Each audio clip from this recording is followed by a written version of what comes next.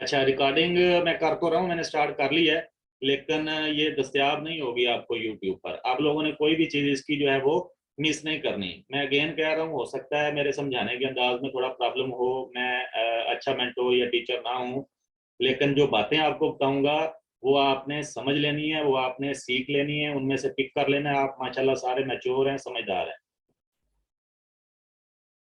तो लगाते हैं जी हम सबसे पहले बिलफर्ज वीकली पर चलते हैं। ठीक हो गया, ये वीकली का टाइम फ्रेम मैंने ऑन कर लिया है।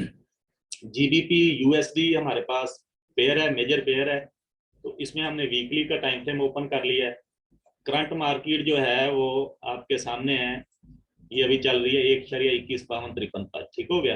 अभी कुछ दोस्तों ने यहाँ पर मेरे साथ सेल भी किया होगा, तो वो चला है तकरीबन अभी चले, वीकली है, इस पर नहीं देख सकेंगे, 25-26 पिप्स जो है वो चल गया है। ठीक है, करंट मार्केट में हम खड़े हैं, अपना MP4 या अपना मोबाइल, अपना उसका कंप्यूटर का स्क्रीन या लैपटॉप का स्क्रीन या मोबाइल पर MP4 हमने ओपन किया है। अब हम देखना चाह रहे हैं कि यहाँ पर मैं सेल के लिए कहाँ पर इंटर हूँ और बाय के लिए मैं कहाँ पर इंटर हूँ, मेरे लिए कौन सी जोन अच्छी रहेंगी। ठीक हो गया। तो मैं इस तरह करता होता हूँ कि मैं दो जोन लगाता हूँ। दो जोन किस तरह लगाता हूँ, बिलफर्ज एक जोन मैं यहाँ पर लगाता हूँ सेलिंग की। ठीक हो गया। एक इससे थोड़ा ऊपर सेलिंग की ढूंढ कर, 2 पॉइंट्स मैं सेलिंग के लेता हूँ, इसी तरह 2 पॉइंट्स जो है वो मैं बाय के लेता हूँ। मसलन एक पॉइंट यहाँ पे ले लिया, दूसरा यहाँ पे ले लिया। ठीक हो गया। जो पहला पहला नजदीक नजदीक पॉइंट होता है, चाहे वो सेल वाला हो या बाय वाला हो, उसको हम रिस्की शुमार करते हैं, लेकिन मीडियम रिस्क शुमार करते हैं अगर वो पहले से टेस्टेड ना हो, यानी कि पहले से उसने प्रॉफिट ना दिया हो, तो उसको हम मीडियम रिस्क शुमार करते हैं। लेकिन उसके बाद जो दूसरा जोन होता है हमारा, चाहे सेल का हो चाहे बाय का हो, वो सेफ होता है। उसमें हम बेधड़क जो है वो इंटर हो जाते हैं, तो वो हमें प्रॉफिट ज्यादा देता है, या प्रॉफिट हमें श्योर चार्ट देता है अकॉर्डिंग टू रूल्स। तो अभी देखें, तो हम करते क्या है, हम इस तरह करते हैं कि सामने MP4 ओपन कर लिया और देखा कि मार्केट बाय जा रही है तो वहां पे बाय कर दिया, और देखा मार्केट सेल जा रही है तो वहां पे सेल कर दिया। तो वो हम मार्केट को चेज कर रहे होते हैं, यानी कि मार्केट के सेंटीमेंट्स पर अपने सेंटीमेंट्स अप्लाई कर रहे होते हैं। यानी कि मार्केट जो है बाय जा रही है, और अब मेरे जो जज्बात हैं वो ये कह रहे हैं कि जी बाय होगी तो मैं बाय के लिए इंटर हो जाता हूँ। ठीक हो गया। या मार्केट बेशक सेंटीमेंट्स कुछ और दिखा रही हो, तो मैं क्या करता हूँ, मैं ऐसे कर रहा होता हूँ जी कि अच्छा मार्केट अब बहुत ऊपर आ गई, अब यहाँ से सेल होगी, चलो जी सेल के लिए इंटर हो जाओ। तो हम ये गलतियां करते रहते हैं, ये कॉमन है, आपको पता है कि आप ये गलती कर रहे होते हैं। मैं भी करता था, हो सकता है अभी करता हूँ, तो अभी भी मैं सीख रहा हूँ। आप लोग भी जो है वो दिल लगाकर इस बात को सीखें, मेरी बातों को गौर से सुनना है, मेरी बातों को गौर से समझना है। जो बात आपको अच्छी नहीं लगती, फील होती है, तो आपने मुझे बता देना है। आप सजेशन भी दे सकते हैं, आप तनकीद भी कर सकते हैं, मैं उसको दिल से कबूल करूंगा। आपने फिक्र नहीं करनी, मैं आप जैसा ही हूँ। आप सब जो हैं वो मेरे दोस्त हैं, मेरे भाई हैं, मेरे मेंबर हैं। तो समझें कि पार्ट हैं, आप हिस्सा हैं। जो भी ये थ्योरी है इसका आप हिस्सा हैं। जो जो बातें मैं आपको सिखा रहा हूँ, आपको बता रहा हूँ, आपने भी ऐसे ही कोशिश करनी है कि अपने साथ जुड़ने वाले दोस्तों को आप ऐसे ही बताएं, उसमें कोई बात ना छुपाएं।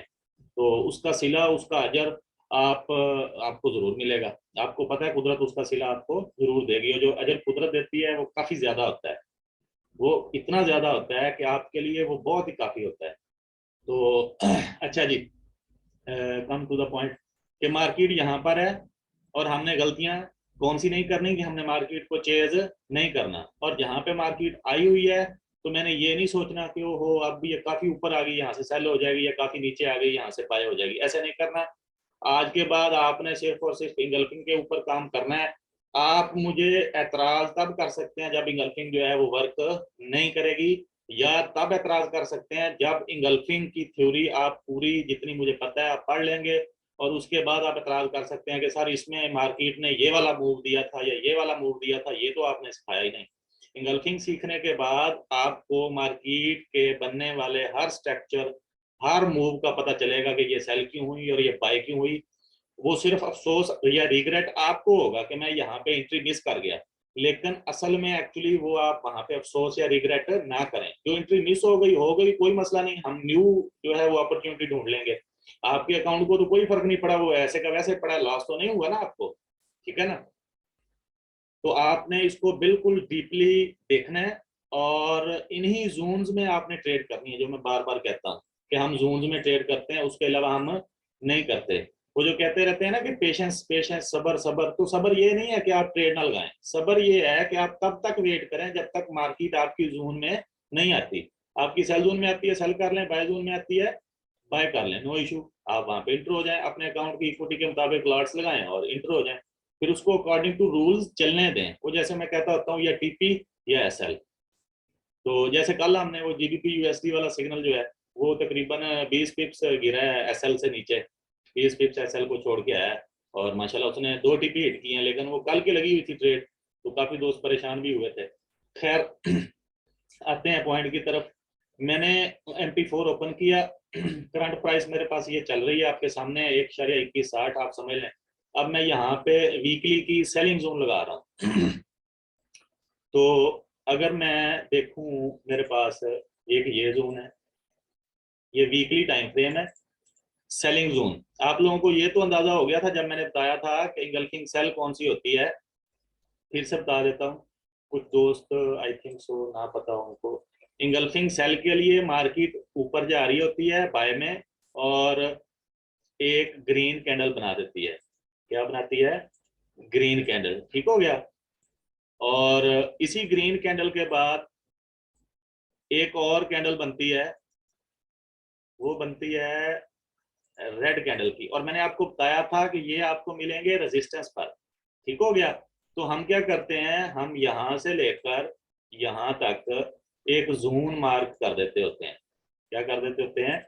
एक जोन मार्क कर देते होते हैं कि ये हमारे पास इंगल्फिंग सेल जोन हो गई। अब बेशक इस ग्रीन कैंडल को एक ही रेड कैंडल इंगल्फ कर दे, बेशक 2 रेड कैंडल इंगल्फ कर दें, बेशक 3 रेड कैंडल्स मिलकर इंगल्फ कर दें,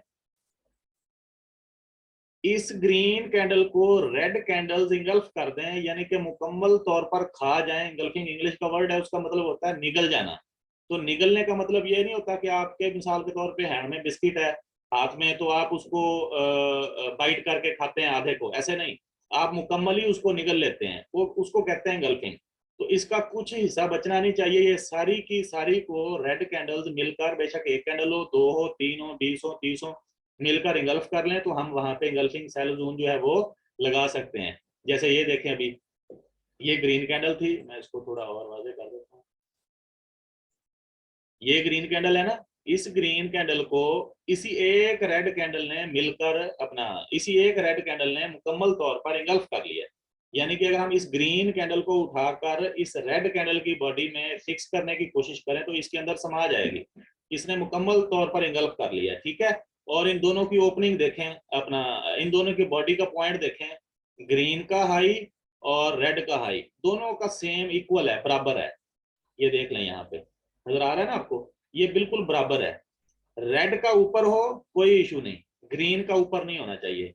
और जो ये जो विक्स है ऊपर, ये जिधर मर्जी जाए, इनका भी कोई इशू नहीं है, ठीक है। लेकिन आपने ग्रीन कैंडल को मुकम्मल तौर पर जोन में मार्क करना है।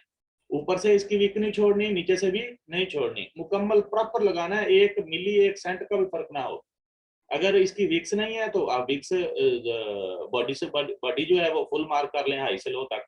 अगर विक्स हैं तो तब भी पूरी कैंडल मार्क करनी है, ठीक हो गया ना। और हमने इसका ग्रीन कैंडल का मुकम्मल लेना है, यानी कि हाई से लो तक मुकम्मल लेना है। और ये जो रेड इसको इंगल्फ कर रही है, इसकी सिर्फ जहां से बॉडी शुरू हो रही है और जहां पे इसकी बॉडी खत्म हो रही है, हमने इसको सिर्फ ये बॉडी लेनी है। ग्रीन कैंडल को उठा के इसमें डालेंगे तो ये समा जाएगी। अगर नहीं समाती तो फिर हम साथ में दूसरी कैंडल को भी देख लेंगे, ठीक हो गया। ये जितनी कैंडल्स मिलकर इसको इंगल्फ करेंगी वो हमारी इंगल्फिंग सेल जोन बन जाएगी। अगर एक ही कैंडल इंगल्फ कर रही है तब भी इंगल्फिंग सेल बन जाएगी। ये है करंट एनालिसिस। अब क्या है, अब ये जोन इतना बड़ा है, ये देखें वीकली है ना, 1.2168 से लेकर 1.2341 तक है।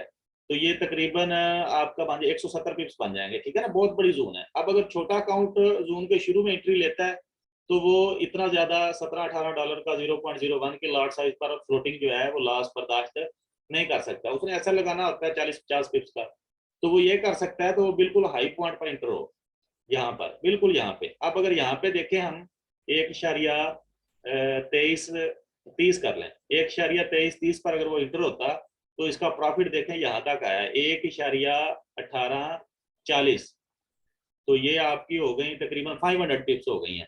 वीकली की जोन है, ये आपको 200 से 500 पिप्स जरूर देगी, आपने याद रखना है। वीकली की जोन है, ये आपको 200 से 500 पिप्स जरूर देगी, लेकिन ये स्ट्रेट ऐसे नहीं गिरेगी, बिल्कुल ऐसे सीधा नीचे ऐसे नहीं गिरेगी। ये जहरी बात है, ये अपना जो कुछ इसने करना है छोटे टाइम फ्रेम पर प्रॉफिट देते ऐसे करते फिर आएगी, स्ट्रेट नहीं गिरेगी। तो इसके लिए आपको होल्ड करना पड़ेगा। लेकिन आपको चूंकि बता दिया है कि वीकली आपको 200 से 500 पिप्स जो है वो प्रॉफिट लाजमी देती है, यानी कि 0.01 की अगर लॉट हो तो आप 20 से $50 एक ही ट्रेड पर कमा सकते हैं। जब आपको बता दिया, रूल पता चल गया, तो अब आप इंशाल्लाह उसको होल्ड करेंगे। या आप इस तरह कर सकते हैं, 1.2330 पर आपने 4 पोजीशन ओपन की हैं, तो आप 50 पिप्स, 80 पिप्स, 100 पिप्स पर 2 क्लोज कर दें और 2 को जो है वो पीछे ब्रेक इवन कर दें। जब प्रॉफिट अच्छा चल जाता है तो उसको जो है वो ब्रेक इवन कर दें, ब्रेक इवन करके उसका टीपी जो है वो 150 पिप कर दें, 200 पिप कर दें, उसको छोड़ दें। अगर मार्केट वापस आके ब्रेक इवन हिट करती है, एंट्री पॉइंट पर बराबर बराबर क्लोज हो जाएगी 0.00 में, आपको ना कोई लॉस है ना कोई प्रॉफिट है, जबकि आपकी 2 ट्रेड ऑलरेडी आप प्रॉफिट जो है वो अर्न कर चुके हैं। ठीक हो गया। अभी एक जोन और ऊपर ले लेते हैं, दूसरी जोन ये है, ये देखें ना, ये मार्केट नीचे आ रही है ना, ये वाली, ये 2 कैंडल्स मिलकर एक ग्रीन कैंडल को इंगल्फ कर रही हैं। ठीक हो गया। अब मैं इसको वीक से लेकर बॉडी के लो तक जो है वो ऐसे मार्क कर लेता हूँ। ठीक हो गया। अब ये रेड कैंडल, जो एक रेड कैंडल है, इसने तो ग्रीन को इंगल्फ नहीं किया, लेकिन अगर मैं इन दो कैंडल्स को मिला दूं, इस कैंडल के साथ इसको भी शामिल कर लूं, तो ये 2 कैंडल्स मिलकर इस तरह करके एक बन जाएंगे। ये देखो, ठीक हो गया ना। ये समझ लें आप, एक कैंडल है ये, तो एक कैंडल ने मिलकर इसको ग्रीन को इंगल्फ कर लिया। अब बेशक हम यहाँ पे 4 कैंडल जैसे मिला लेते तो वो भी इसको इंगल्फ करती, तब भी ये इंगल्फिंग सेल होना थी। ठीक है ना। अभी हम सिंपल इंगल्फिंग सेल और सिंपल इंगल्फिंग बाय देखेंगे, उसके बाद देखेंगे स्ट्रॉन्ग इसको कैसे बनाते हैं। ठीक है ना। इंट्रीज किस तरह पॉसिबिलिटीज है इसमें, इंट्रीज कितनी किस्म की होती हैं, कैसे कैसे ले सकते हैं। तो एक हमारे पास इंगल्फिंग सेल जोन, ये अब हमने मार्क कर ली। अब क्या है, अब अगर मैंने इस जोन से, ये जो नीचे हमने मार्क किया पहले, इस जोन से मैंने प्रॉफिट अर्न कर लिया है, तो अब मैं बार बार इसमें नहीं घुसूं। आपने याद रखना है, हम इंगल्फिंग में जो भी जोन मार्क करते हैं उससे सिर्फ और सिर्फ 2 दफा प्रॉफिट लेते हैं। पहली दफा बिल्कुल लो रिस्क सेफ, और दूसरी दफा हम उसको रिस्की या डेंजरस शुमार करते हैं। जैसे अभी हम मार्केट में सेल के लिए इंटर हुए थे, तो मैंने कहा था कि ये भाई रिस्की हो सकता है, क्योंकि हम यहाँ से पहले से पहले ही प्रॉफिट ले चुके हैं। तो इंगल्फिंग में आपने याद रखना है, हर जोन को आपकी इंगल्फिंग थ्योरी जो है वो 2 दफा रिस्पेक्ट देगी, आपको 2 दफा पिप्स देगी अकॉर्डिंग टू रूल। अगर आप लालच को बीच में लाते हैं, ग्रेड को लाते हैं, और तो फिर आप 2 सिनेरियो हो सकते हैं कि आप उसको लंबा होल्ड करने की कोशिश में अपना प्रॉफिट भी गंवा सकते हैं, और फिर से प्रॉफिट अर्न करने के चक्कर में एसएल भी हिट करवा सकते हैं। तो आपने रूल्स को हमेशा फॉलो करना है। मैंने बता दिया, वीकली की जोन है, 200 से 500 पिप्स आपको प्रॉफिट लाजमी देगी। और दूसरा जो है, आपने अगर एक जोन से प्रॉफिट ले लिया है तो उसको दूसरी दफा छोटी लॉट्स लेकर इंटर हो, स्मॉल लॉट्स के साथ उसमें इंटर हो, क्योंकि दूसरी दफा वो डेंजरस हो जाती है। हम टेस्टेड जोन को इंगल्फिंग थ्योरी में डेंजरस शुमार करते हैं, और हर वो जोन टेस्टेड है जो एक दफा आपको प्रॉफिट दे दे, यानी कि एक दफा टेस्ट होके गिर गई है, अब दूसरी दफा यहाँ पे इंटर होना रिस्की है। हो सकता है दूसरी दफा ज्यादा गिर जाए, लेकिन कह दिया कि दूसरी दफा रिस्की है, तो आपने उसका ख्याल रखना है, स्मॉल लॉट्स यूज करनी है। हम ऊपर वाली जोन में बैठे हैं, हम यहाँ से सेल करेंगे, हम यहाँ पर इंटर होंगे सेल के लिए। लेकिन हम यहाँ पे अगर देखें तो ये जोन जो है 1.2480 से लेकर 1.2673, तो ये आपकी तकरीबन 200 पिप्स ही कर लें, 195 पिप्स ये बन गए हैं। 200 पिप्स की जोन है, तो अब इतना ज्यादा फ्लोटिंग में कौन जाए। अगर 0.01 की लॉट ली है तो आप $20 फ्लोटिंग में जाएंगे, और फिर ऊपर एसएल भी आपका, तो आप $25-26 फ्लोटिंग में चले जाएंगे। तो इसमें ये परेशानी है कि अगर ये वाली जोन, ये जो नीचे हमने लगाई है, इसमें मैं एंट्री कहाँ पर लूँ, उसको शॉर्ट करने का तरीका क्या है, प्रिसाइज करने का तरीका क्या है, ताकि एक बेहतरीन पॉइंट में ढूंढ सकूँ कि कहाँ पर मैं एंटर हूँगा। तो अब क्योंकि ये वाली जोन टेस्टेड है, अब हम इसको छोड़ देते हैं। छोटे टाइम फ्रेम में H4 या H1 में ये अभी भी प्रॉफिट देगी अपना रूल्स के मुताबिक, लेकिन हम चूंकि बात कर रहे हैं फ्रेश जोन की, इसलिए फ्रेश जोन मार्क की और उसी में हम चलते हैं। तो ये वीकली की जोन है 200 पिप्स की है। अब मैं यहाँ पर इसको रिफाइन करता हूँ, प्रीसाइज करता हूँ और ढूंढता हूँ कि मेरे पास अच्छे पॉइंट्स कौन से हैं जिधर मैं सेल के लिए इंटर हो सकता हूँ। ठीक हो गया। और यहाँ से हम चलते हैं डेली में। वीकली टाइम फ्रेम था पहले, अब हम जो है वो डेली में आ गए हैं। ठीक है,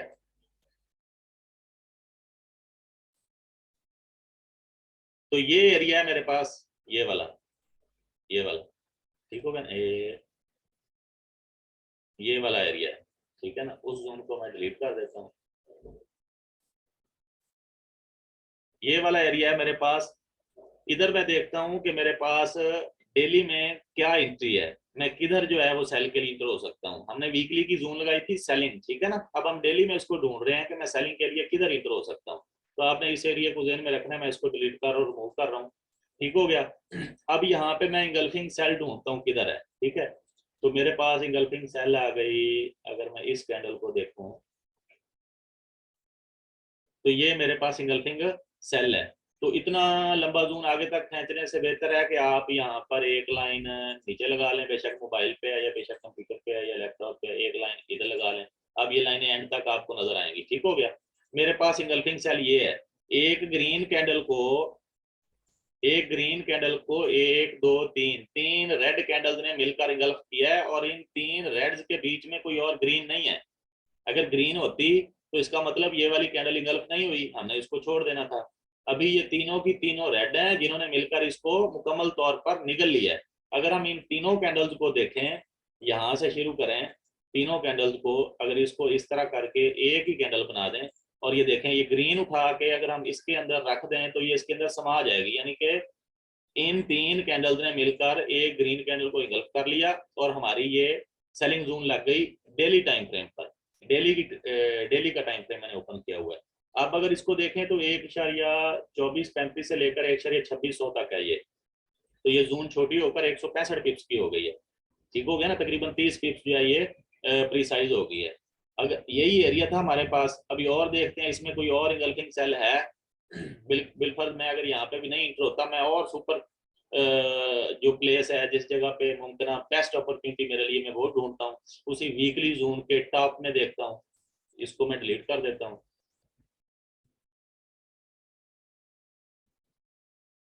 ये देखें, ये वाली है, ये नजर आ रही है ना ग्रीन कैंडल। इस ग्रीन कैंडल को एक ही रेड कैंडल ने इंगल्फ कर दिया है। ठीक है ना, ये आपको, ये देखें, अगर मैं यहाँ पे कर्सर कर दूं तो ये ग्रीन की जो टॉप है और रेड की जो टॉप है, ये दोनों इक्वल हैं। ठीक है ना, अगर ये इक्वल ना हो तो रेड की थोड़ी और ऊपर हो, रेड की बॉडी थोड़ी और ऊपर हो, कोई इशू नहीं। लेकिन जिस कैंडल को हम ले रहे हैं इसको कहते हैं टेकन कैंडल। जिस कैंडल को हम ले रहे हैं इंगल्फिंग सेल के लिए, उस कैंडल की बॉडी जो है वो रेड से ऊपर, रेड की बॉडी से ऊपर नहीं होनी चाहिए। अगर रेड की बॉडी से ऊपर है तो वो आपके लिए इनवैलिड है, डिसवैलिड है, आपने उसको छोड़ देना है। या तो बॉडीज बराबर हो, या फिर ये जो टेकन कैंडल है इसकी बॉडी नीचे हो, रेड की बॉडी ऊपर हो, या फिर दोनों की अगर बराबर हो तो ये बेहतरीन होता है। अगर बराबर ना भी हो तो रेड की बेशक ऊपर हो क्योंकि ये इसको इंगल्फ कर रही है, लेकिन ग्रीन की ऊपर नहीं होनी चाहिए। विक्स ऊपर हो, ये विक्स, ये जो शेडोज, ये जो लाइनें हैं, उसकी खैर है, उसका कोई इशू नहीं है। तो अभी ये एक कैंडल इसको इंगल्फ कर रही है। अगर नहीं कर रही तो ये दोनों मिलकर इसको इंगल्फ कर रही हैं, लेकिन एक कैंडल ये वाली जो है ये इसको इंगल्फ कर रही है। तभी तो ये देखे ना नीचे बॉडी नजर आ रही है ना इसकी। ये हमने इंगल्फिंग सेल जोन मार्क कर ली। अब अगर इसको देखें तो ये है 1.2612 से लेकर 1.2667 तक। तो ये आपकी हो गई तकरीबन 55-6 पिप्स की। तो अगर आप डेली के टाइम फ्रेम में है तो आपको जहन में रखना चाहिए कि इतनी तो जून होती है फिर 50-60 पिप्स की, उसमें आपने इंटर होना है तो। और डेली के टाइम फ्रेम में आपको पिप्स मिल जाते हैं 100 से 200, 100 से 200, 200 से ज्यादा हो सकते हैं, लेकिन मिनिमम आपको जो है वो 100 पिप्स, 100 पिप्स जो है वो लाजमी तौर पर अचीव हो जाते हैं। अब यहाँ पे दूसरी बात आ गई, आप डेली टाइम फ्रेम पे हैं, आपको यहाँ पे मिलेंगे 100 पिप्स। अच्छा, अभी अगर डिस्कनेक्ट हो जाता है ना, तकरीबन टाइम 1 मिनट रह गया, आपने इसी लिंक से दोबारा ज्वाइन हो जाना है, ठीक है ना। डेली की जोन है, इसमें हमने जब एंट्री लेनी है तो हम इसको होल्ड कर सकते हैं 100 पिप्स के लिए। आपको पता चल गया डेली की जोन 100 पिप्स देती है। अब आपके साथ इंशाल्लाह वो साइकोलॉजी प्रॉब्लम नहीं होगा। अब आप मेंटेलिटी जो है आपकी मजबूत होगी, आप उसमें इंटर होंगे। चलो ज्यादा नहीं तो आप उसको 50 पिप्स के लिए तो होल्ड करेंगे ना। आप उसका तरीका ये कर सकते हैं कि आप 4 6 8 ट्रेड्स लें, आधी जो है वो क्लोज कर दें पहले टीपी पर, और बाकी आधी जो है उसको ब्रेक इवन कर दें, यानी कि अपना एसएल उठा के एंट्री पॉइंट पर ले आए। अगर मार्केट वापस आके उनको हिट कर देती है तो आपकी ट्रेड जो है वो 0-0 पे क्लोज हो जाएगी, बस नो इशू। ठीक हो गया ना, यहाँ तक समझ गए ना। अभी सेशन एंड होने वाला है, तो दोबारा ज्वाइन होते हैं ना, फिर मैं आपको बाकी चीजें बताता हूँ।